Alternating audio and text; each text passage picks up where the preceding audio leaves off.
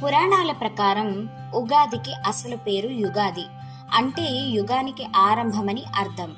ఉగాది అనే పేరులో ఉగా అనగా నక్షత్ర గమనం అని, ఆది అనగా ఆరంభమని అర్థం.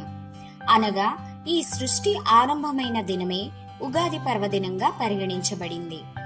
వేదాలను అపహరించిన కారణంగా సోమకుడు అనే రాక్షసుణ్ణి వధించిన మత్స్యావతారుడైన విష్ణుమూర్తి ఆ వేదాలను బ్రహ్మకు అప్పగించిన శుభతరుణాన్ని పురస్కరించుకుని ఉగాది పండుగ ఆచరణలోకి వచ్చింది.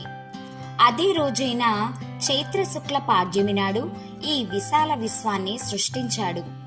చారిత్రక వృత్తాంతం ప్రకారం చైత్ర శుక్ల పాడ్యమి అయిన ఉగాది నాడు శాలివాహన చక్రవర్తి పట్టాభిషిక్తుడై శాలివాహన యుగకర్తగా ఉండడం కూడా ఒక కారణం.